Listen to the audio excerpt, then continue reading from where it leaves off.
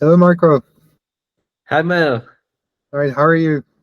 Very good. Very excited to get started with the device. Awesome. Well, thank you very much for taking the time. I hope it's okay for you. The chat will be recorded. Yeah. I think the purpose is really to show what a half an hour, 45 minutes onboarding would be like, and what you can expect to learn. And also, if for some people this is enough, they can also refer to this discussion and use the information there. Um, so thank you very much for taking the time. Did you receive your biped device? Yeah, I got it next to me right now. Awesome, cool, cool. So you probably got the package. I just want to walk through quickly what's inside of the package. So you have received one biped device. So that's of course, the core of the Magic. Yeah, I got Um, it.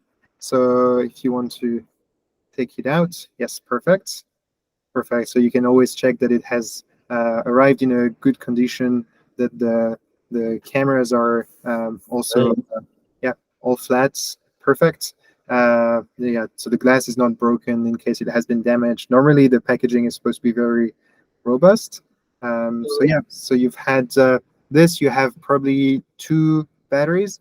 So the batteries are battery packs that would. I'll come to that in a second. How to use them. This But one is yes, right.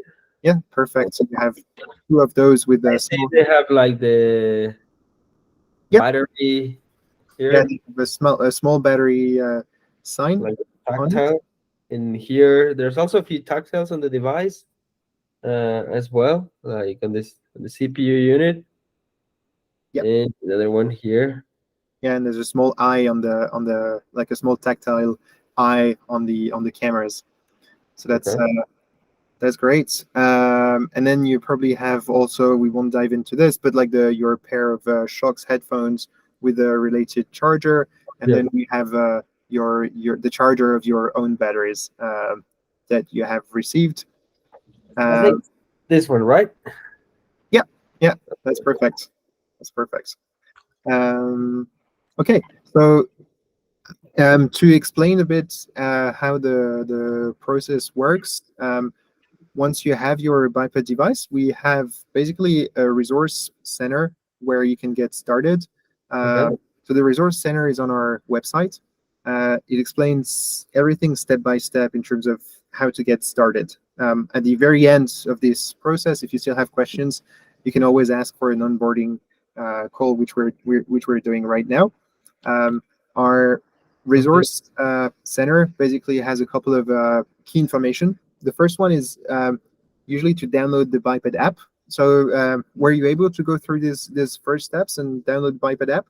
I got the Biped with me. Let me open it. Okay, got it. Okay, perfect. Hmm? All right. So on the Biped app, that would be then step two is once you do the full onboarding on the Biped app, you're asked for a couple of details. What is your height, for example, because we use this as a detail to fine tune the obstacle avoidance. Okay. Your the Bluetooth access or these kind of small utilities. And then you're on the home landing page. The next step usually is to start completing the unboxing. So that would be there's a button on the app that says setting up, and so the setting Set up, up. Let's see how to use the device. Charge the batteries. yes, Okay, so I put the box in the front, flat surface, and open it to prevent transportation damage to the device. Are embedded in styrofoam. Take yeah, the charger and the cable out the box and connect them. To yeah, charge the battery, connect the cable of the charging device to the magnetic port of the battery. One full battery charge 3 hours. Okay, so I guess I have to connect these two together. yeah, absolutely. So the charger and the battery, magnetic, so they Nice. directly plug in. Yep. And then you can plug the USB, the end of the other end of the USB cable directly in your wall plug with the charger provided. Okay. Usually, the battery charge time is about 3 hours. You have two batteries, so you can also get each battery is going to charge for 3 hours, but also last about 3 hours. Um, and yeah, I think you've already done the full setup before on the app, so we won't dive too much in details. This is quite straightforward. There are videos and texts that explain how to go about these steps. But I think the next interesting thing is probably the learning part. So inside of the app, the next button after you've done the setup, the next button is to learn to use Biped. Yeah. Correct. And this one is an immersive audio experience where we basically there's a voice that will explain different situations and how Biped would react in these different situations, to then get used to the sounds. Small questions afterwards to just validate your understanding and make sure that you got everything correct. The key thing is you will never hear with Biped, you will never hear a sound in real life that you haven't been trained on. So that's, you have to do the training before you get started with the device. Okay, so I won't be able to start using it until I finish my training. Absolutely, it's a bit of a friction, but it's also a very good blocker because then you can really get your hands on the thing and do the training. Sounds fair. Sounds fair. Okay. So the training is also something. Expect maybe 20 minutes to do the training total. It's also quite straightforward, but just listen carefully to the instructions. One key element: wear headphones when you do your training. You can use the ones that we provide, or you can use other ones, but it's just like if you want to hear the 3D effect of the sound, like the sounds coming from the left or from the right, it's a lot better to do it with the headphones. So that's the only piece of advice that I would give here. Okay, awesome.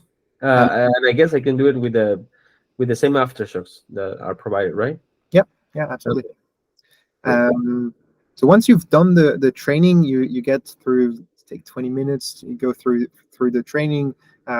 If you are back on our resource center, you'll find what your next steps are, and they're most likely on learning to properly wear your Biped device. And this is something I probably want to take the chance to go through with you, because it's a weird form factor. It's a brand new form factor as a device. Yeah, I have many questions here.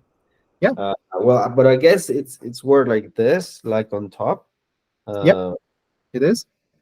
So you place it around your neck. You'll see that the straps that go around your shoulders can be bent. So you can actually like pre-bend the device to the shape of your chest and of your shoulders.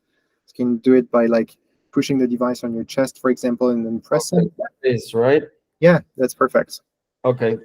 And should I put the battery first, or? Yeah, you can absolutely put the battery. If they're charged, just slide them in. Keep the notch at the top. So, okay, the notch is this. Yeah. This, right? Okay. Yeah. So the magnetic connectors will be slided inside of the I guess the device. Yep. Like this. Nice. It's sliding very nicely, and it has magnetic connection as well, right? Yep. Okay, awesome. I have the battery set up. Then I bend this a little bit. Yep. And I guess it goes this way. Yep. Absolutely. And Very so simple, honestly. Like, well, let's see. Yeah, you're looking great. Very cool. Nice. And it actually molded to like the size of my shoulders and chest. Okay, pretty cool. And so two ways to tell that it's on. The first one is when you slide the battery, there's a small fan that spins. So you just, it's making a sound now. and the second way to tell that it's on is there's a small LED on your right side of the chest. So it's a small source of light. Is this the button too? Yes. And so this is this button is evolving a lot over time. The only thing to remember is if you press it continuously, it will turn off the device. Okay, so it's on right now? Yeah. Okay. So it turns on only by sliding the battery, right? I don't need to push a button to turn it on. No, you don't need to push a button. When you want to turn it off, you can stay pressed on the button, that will shut down the device. It's always a good recommendation to slide the battery out. Otherwise, the battery might discharge a tiny bit. Just like when you leave your iPhone, for example, on the table for a couple of days, the battery will decrease a bit. So it's always the good recommendation. Once you're done using it, you press continuously, shuts it off, and then kind of take the battery out. Okay, that makes sense. Okay, I see that with your left hand, you just touched a small line. Yeah, what's this line? I was about to ask. Yeah, so this line is so on top of the camera module, there is just a small line, and this is the line that basically tells you where the cameras are looking, because the cameras have a very wide field of view, but they should also be focused on what's in front of you. And so if they're focused too much on the left or too much on the right, then that might create some issues. And so the closer they are to the center, the best it is. Yeah, the better it is. So it's better to bend it in a way that the two models are closer together, like this. Yeah, you don't have to like push them too much, but they should just not be like too spread apart. So indeed, like that would be too spread apart, for example, and then you can like kind of slide them towards like the middle of the chest. Keep a couple of inches of difference between the two, and then this shape will somehow remain. There's like a metal thing that has a memory inside of the straps, so it will keep that shape for this duration of your walk. And then don't be afraid to, like, for example, with the bag that we provide, you can completely flatten the device when you want to put it back in. So you can always, like, take the device off your shoulders, press on the straps. They will completely flatten the device, slide it in the backpack, and that's very thin as a mean of transportation. So don't be afraid with this. The straps can really move a lot. So I can bend them and unbend them as many times, and it will be okay. Absolutely. And if you like, while you were holding the backpack, if you want to take that one again, I can show you one thing. So the backpack has been custom made for a couple of use cases. Do you see like small nets on the side? These ones? Yeah. So the ones on the side are a great place to store your batteries. So you can have one battery on each side. It's exactly the right size to slide in a battery. There's a charger too, right? Fit here, perfect. Inside of the backpack, there's a zip, like a zipper. And so that zipper is like also a good way to store your charger or to store your cable or your headphones, for example. And then you can put the device completely flat and then slide it in. So each component has its own part so that they don't scratch one another. The one thing you probably want to avoid is leaving your batteries and your device in the same compartment of the bag, because then they might just bump into one another and that might damage your cameras. Okay, it's very nice. I like the fabric. Awesome. Cool. So a couple of things to know on like when you wear it. When you wear your device, always wear it as the very last layer of your clothes. The cameras do not support any occlusion. So if you have like a jacket that you put on top, that typically this type of sensors would not work on top of occlusion is like covering the cameras, or yeah. So if you have, for example, like a big scarf or like a big coat or something like this, it might be possible that like the zipper in the middle might cover part of the camera that is looking on your right. Yeah. So that's why the cameras have this right here. Yeah. And so that's why the cameras have this shape also. It's to be able to look as far as possible from your from your chest.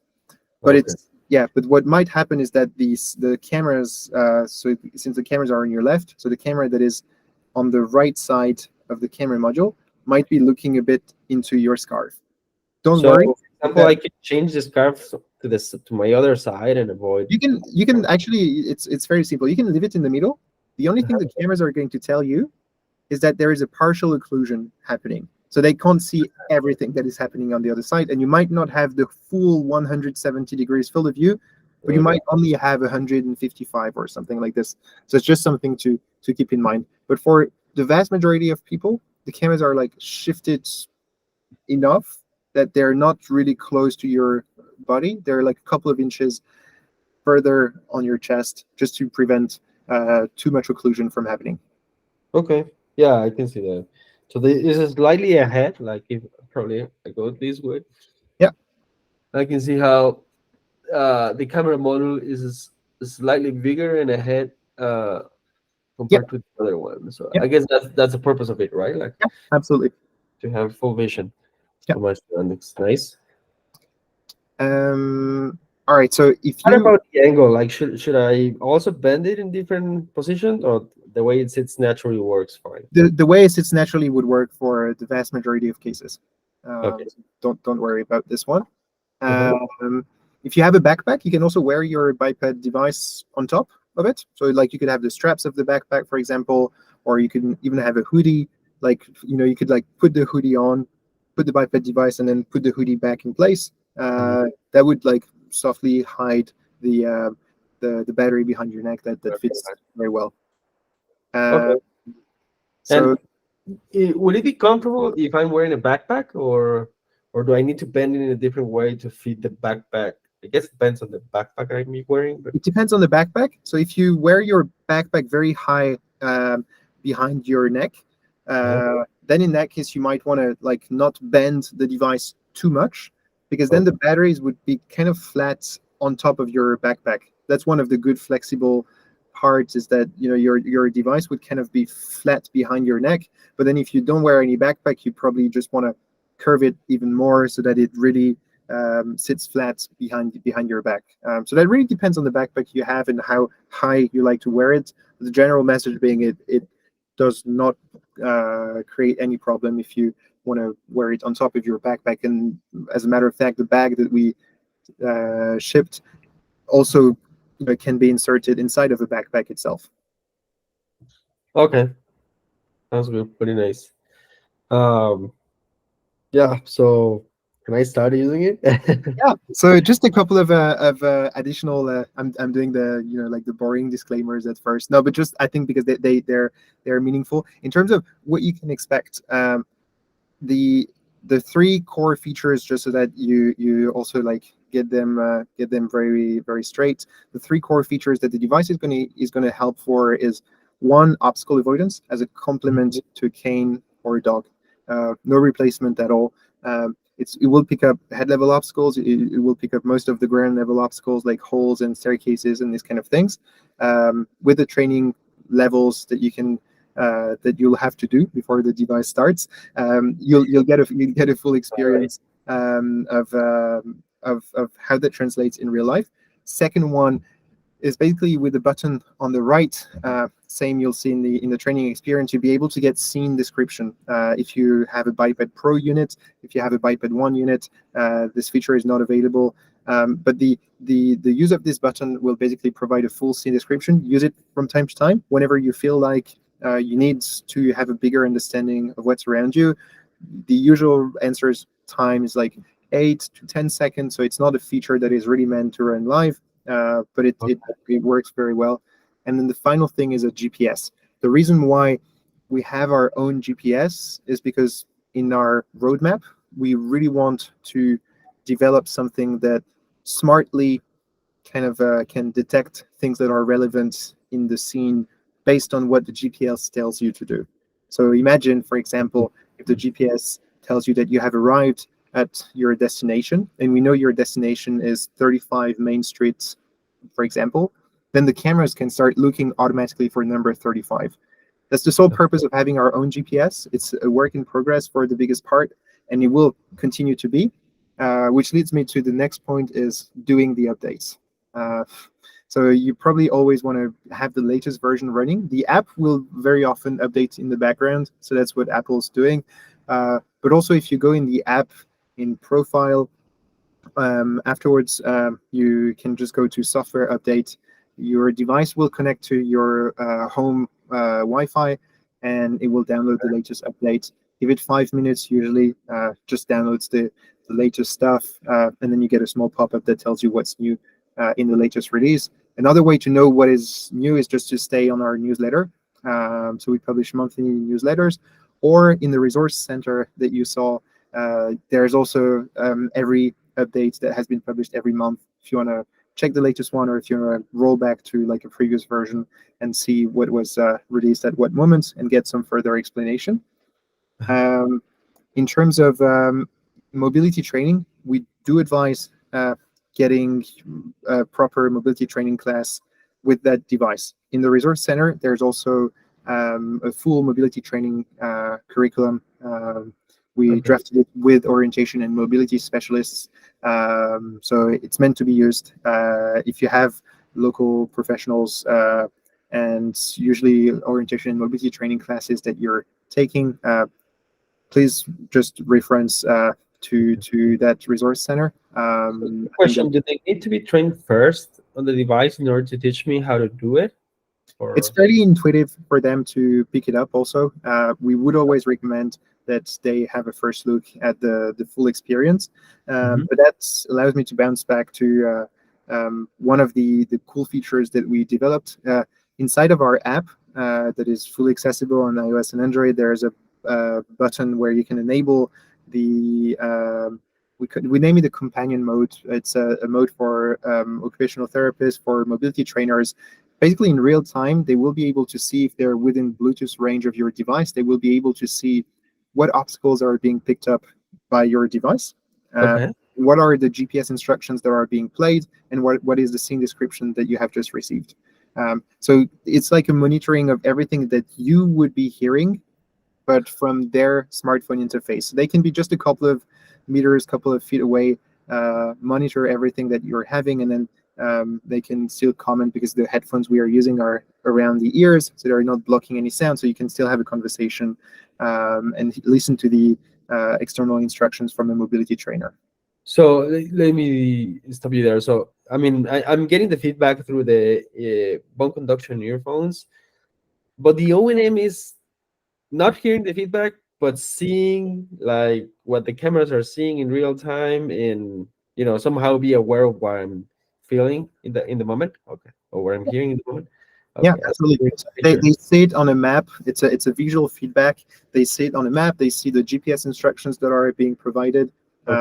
So yeah, all of this monitoring makes it super easy for them to comment, even though they might not be like they might not have done like the full training, for example. Okay. And about the obstacles, like what kind of obstacle does it take? Like any type of obstacle?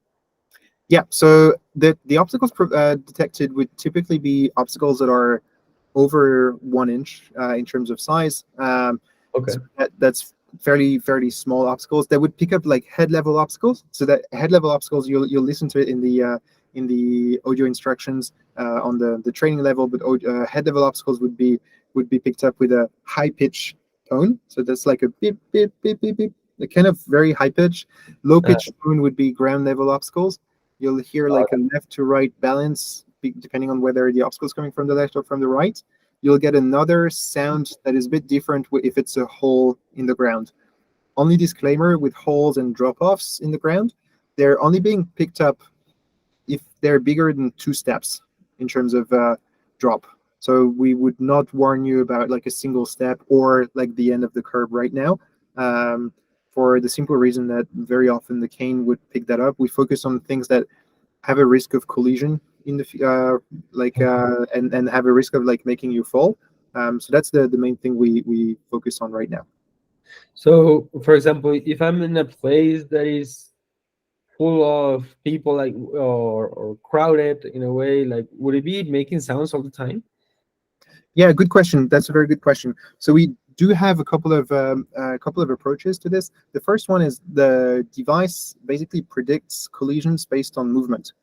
So it's not like a fixed distance simply, but it's really like if you're following someone and that person's walking at the same speed as you, there's no risk of collision, and so there would not be any movement. And this is where it's very close in the experience to a self-driving car, right? Because a self-driving car would not always stop because it would stop. Like a self-driving car can follow another car on the highway, for example. That's the kind of same technologies we're applying.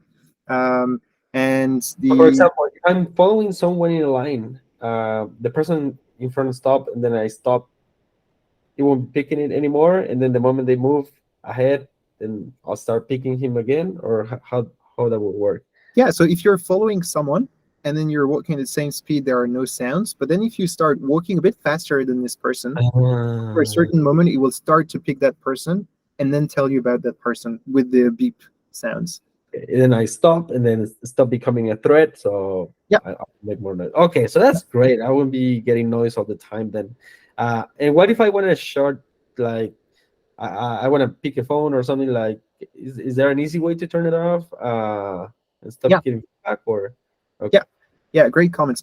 So the thing you can always do is your hands are being removed from the potential obstacles. Just like if you have a cane or if you have a guide dog. So we trained our AI to remove your hands, to remove the guide dog, to remove the cane. So you can like stand still at a crosswalk with a cane in standing position. You can pick up the phone. You can type something on your smartphone or things like this. These would all be picked up and removed as potential obstacles. So you never have to really worry about this. Otherwise, there's always like quick actions on how to pause the device. We have a couple of ways to do that. You can cover your cameras, you can click the button, this kind of things. But I'll let you dive a bit more into the training experience around this. But it's fairly easy. I mean, it's very lightweight, honestly. I've been having it for a few minutes. It doesn't seem to be comfortable at all. It doesn't move, which is great. So I guess I'm excited to give it a ride. Yeah, absolutely. So I don't know exactly what time it is where you are, but if you want to use it at night, just wanted to mention you can also use it at night. The only thing that would not work at night is scene description, because the cameras cannot see really what's happening around you. But for the obstacle detection part, it works. For the GPS, of course, GPS works at night. So that's the only limitation. And so to like properly get started for your next steps, once you have done, so in the app you have the setup, and then you have to learn to use biped, and then you can just connect your headphones. So the idea is it has been prepared with your headphones, so you just like turn your headphones on. You will hear connected to tell you that the headphones have been identified by the device, and then you're basically ready to click on start. A couple of info there. When you start, I would really recommend starting it outdoors.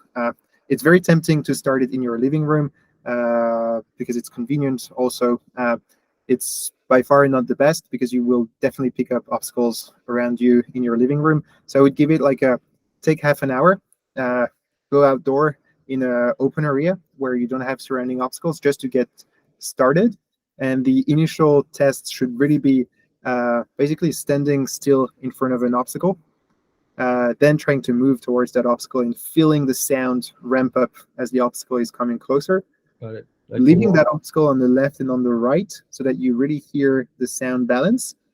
And then you take a couple of steps back, and then you try to walk a bit faster towards that obstacle, always as a compliment to your cane or your dog at any point in time. That's always the constant. And then once you have that basically figured out, you can try to find like a hole or a drop off or something where you have like, different elevations. Like if you have low hanging branches or if you have staircases, things like this, just make sure they're turned on from the settings of the app. But just go out there and like try to identify one or two of these obstacles and feel like what the sound feedback would be like. Okay. No, I mean I perfectly know a place where I could start. Awesome. Because there's always these obstacles that seem very scary.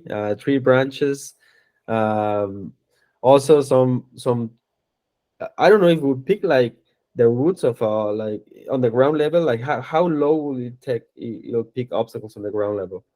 Yeah, right now the obstacles, like we smoothen a bit not to have too many sounds feedback provided. We smoothen a bit on the ground. We would pick things that are a bit higher than 1 foot, 1 foot tall, basically.